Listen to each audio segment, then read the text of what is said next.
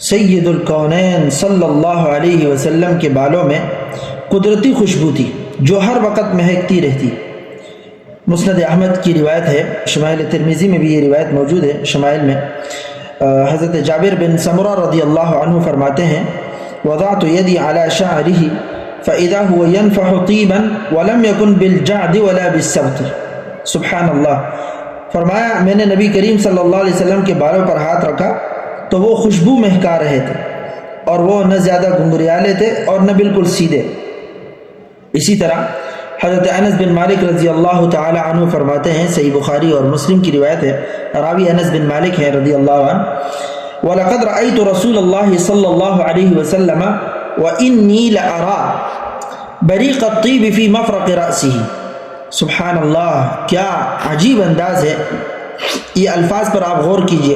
فرمایا میں نے رسول اللہ صلی اللہ علیہ وسلم کو دیکھا اور میں آپ کے سر کے وسط میں خوشبو کی چمک کو دیکھ رہا تھا۔ سبحان اللہ وبحمدہ۔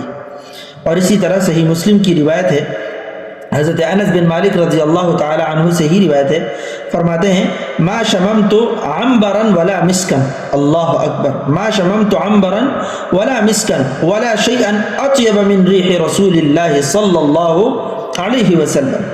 فرمایا میں نے نبی کریم صلی اللہ علیہ وسلم کے بالوں سے زیادہ خوشبودار کوئی چیز نہیں سونگھی، وہ مشک و عنبر سے بھی زیادہ خوشبودار تھے، اور یہ خوشبو بدن کے علاوہ بالوں سے بھی آتی تھی۔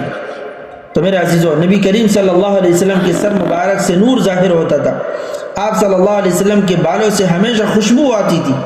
صحابہ کرام فرماتے ہیں کہ جب آپ کسی راستے سے گزرتے تو دیر تک وہاں خوشبو باقی رہتی تھی۔ اسی طرح صحیح بخاری کی روایت ہے، حضرت انس بن مالک رضی اللہ تعالی عنہ سے ہی روایت ہے، نبی کریم صلی اللہ علیہ وسلم کی جسم مبارک کی خوشبو کے بارے میں فرماتے ہیں وَلَا شَمِمْتُ رِيحًا قَطُّ أَوْ عَرْفًا قَطُّ أَطْيَبَ مِنْ رِيحٍ أَوْ عَرْفًا۔ نبی صلی اللہ علیہ وسلم فرمایا میں نے کبھی کوئی خوشبو یا مہک ایسی نہیں پائی جو نبی آخر الزمان صلی اللہ علیہ وسلم کی خوشبو سے زیادہ دلکش اور خوشگوار ہو۔ یہ خوشبو آپ کے مبارک بالوں سے بھی آتی تھی صلی اللہ علیہ وسلم۔